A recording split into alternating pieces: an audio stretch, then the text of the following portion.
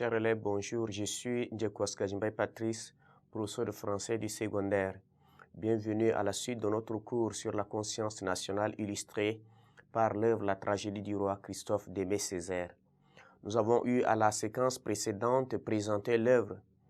À présent, nous allons donc présenter les sources d'inspiration. Qu'est-ce qui a donc motivé, quel est le mobile donc de la production de cette pièce? Vous savez, les faits relatés et les personnages cités dans la tragédie du roi Christophe qui ont inspiré Césaire sont tirés de l'histoire vraie d'Haïti. Nous avons d'abord des personnages ici.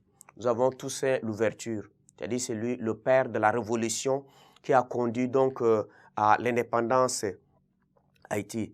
Et voilà, il est né donc en 1758 à Saint-Domingue et mort prisonnier en France en 1803. Et donc une année avant l'indépendance d'Haïti. Et donc Christophe, dont la pièce porte le nom, n'est autre que l'un des compagnons donc de Toussaint Louverture. Voilà, c'est ça.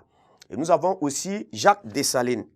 Jacques Dessalines, c'est l'empereur d'Haïti. C'est un des compagnons aussi de Toussaint Louverture qui va l'aider à chasser les Anglais de l'île en 1803.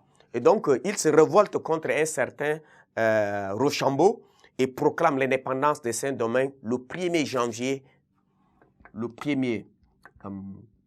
janvier 1804. Voilà, c'est la date de l'indépendance d'Haïti. Voilà. Il va donc devenir l'empereur de l'île, mais il serait un grand tyran. Et il va être ensuite assassiné. Voilà ça. Et ensuite, nous avons Henri Christophe. Henri Christophe, voilà, c'est lui dont la pièce porte le nom. Il est né à l'île de la Grenade en 1767. 1767. Il était un esclave affranchi, c'est-à-dire libre et lieutenant de Toussaint Louverture. À la mort de Dessalines, il lui succède et devient président de la République d'Haïti de 1806 à 1811. 1806 à 1811.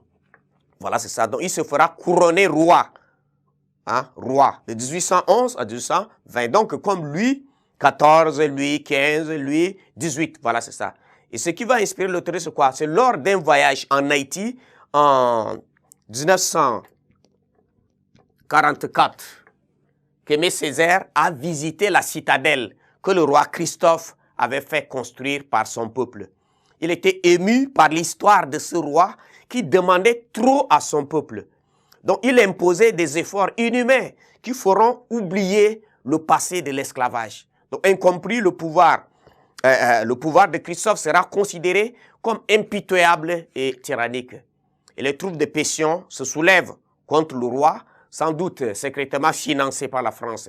Et le roi Henri Ier assiste donc à la défaite de sa troupe.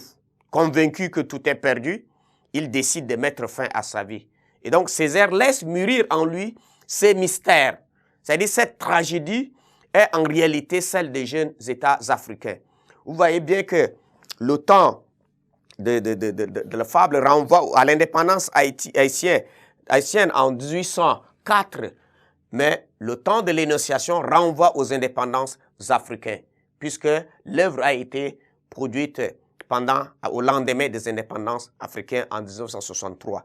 Et donc, en parlant du roi Christophe ici, Aimé Césaire veut nous présenter l'état d'âme ou soit l'autre, la façon d'être des pères des indépendances ou soit des pays africains nouvellement indépendants et qui n'arrivent pas à faire l'unité ou soit à pouvoir s'inscrire dans la logique de la construction, puisque le peuple même n'est pas mature, ne comprend pas ce qu'on attend par liberté.